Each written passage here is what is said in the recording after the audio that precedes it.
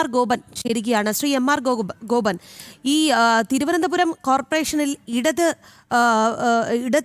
സർക്കാർ നേരിട്ട കനത്ത തിരിച്ചടി നമ്മൾ കണ്ടു. BJP വമ്പിച്ച ഭൂരിപക്ഷത്തോടുകൂടി അധികാരത്തിൽ ഏറുകയാണ്.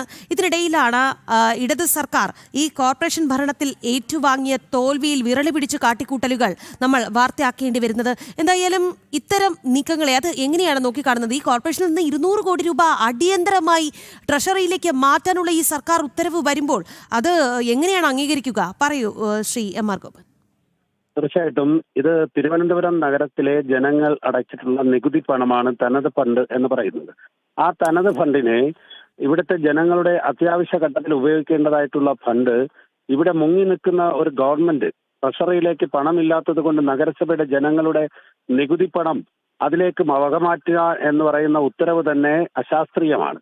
ഒരുപക്ഷെ നഗരസഭ ഒരു തെരഞ്ഞെടുപ്പ് പ്രക്രിയ പൂർത്തിയാക്കി ഒരു ഭരണമാറ്റം ഉണ്ടാകുന്ന സാഹചര്യത്തിൽ ആ പുതിയ ഭരണസമിതിയെ പ്രതിക്കൂട്ടിലാക്കാൻ അല്ലെങ്കിൽ ആ ഭരണസമിതിയെ പ്രതിസന്ധിയിലാക്കുവാൻ വേണ്ടിയിട്ടുള്ള ഇടതുപക്ഷ സർക്കാരിന്റെ പിണറായി വിജയൻ സർക്കാരിന്റെ ഗൂഢനീക്കത്തിന്റെ ഭാഗമാണ് ഈ ഉത്തരവ് നടപ്പാക്കാൻ ധൃതി വെച്ച് ഒരു ഭരണകൂടം ശ്രമിക്കുന്നു എന്ന പൊതുസമൂഹം ചിന്തിച്ചാൽ അതിന് അവരെ തെറ്റുപറയാൻ സാധിക്കില്ല.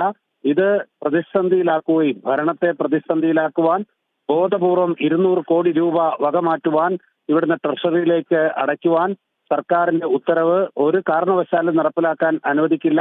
ഇത് സെക്രട്ടറി ഉൾപ്പെടെയുള്ള ആളുകളെ തടഞ്ഞു വെച്ചുകൊണ്ടുള്ള ശക്തമായിട്ടുള്ള പ്രതിഷേധവുമായി തെരഞ്ഞെടുക്കപ്പെട്ട ജനപ്രതിനിധികൾ പോകും എന്ന കാര്യത്തിൽ സത്യമില്ല. ആ നിലയ്ക്കുള്ള ഒരു കാര്യം നമുക്ക് ചിന്തിക്കേണ്ടിയിരിക്കുന്നു. കാരണം നികുതി പണം ഇവിടുത്തെ കടമെടുത്ത് മുങ്ങി നിൽക്കുന്ന ഒരു സർക്കാരിന് 200 രൂപ നഗരസഭയുടെ തനത് ഫണ്ട് ട്രഷറിയിലേക്ക് ഇട്ടാൽ ട്രഷറി നിയന്ത്രണമുള്ള ഒരു ഭരണ സംവിധാനം നിലനിൽക്കുമ്പോൾ അത്യാവശ്യ ഘട്ടത്തിൽ തിരിച്ചെടുക്കാൻ പോലും സാധിക്കാത്ത തരത്തിലേക്ക് ഇത് മാറും എന്നുള്ള കാര്യത്തിൽ സംശയമില്ല. ഇത് ഗവൺമെന്റിലേക്ക് ഈ ഫണ്ട് പോകും എന്ന കാര്യത്തിൽ സംശയമില്ല.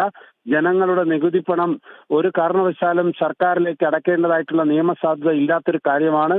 അങ്ങനെ ആ സാധ്യതയില്ലാത്ത കാര്യത്തേക്ക് ഗവൺമെന്റ് ഈ നിലയ്ക്ക് ചിന്തിക്കുന്നത് തിരുവനന്തപുരം നഗരത്തിലെ ഭരണമാറ്റം വരുന്ന സാഹചര്യത്തിലാണ്. ജനങ്ങളെ പൊറുതിമുട്ടിക്കാനാണ്.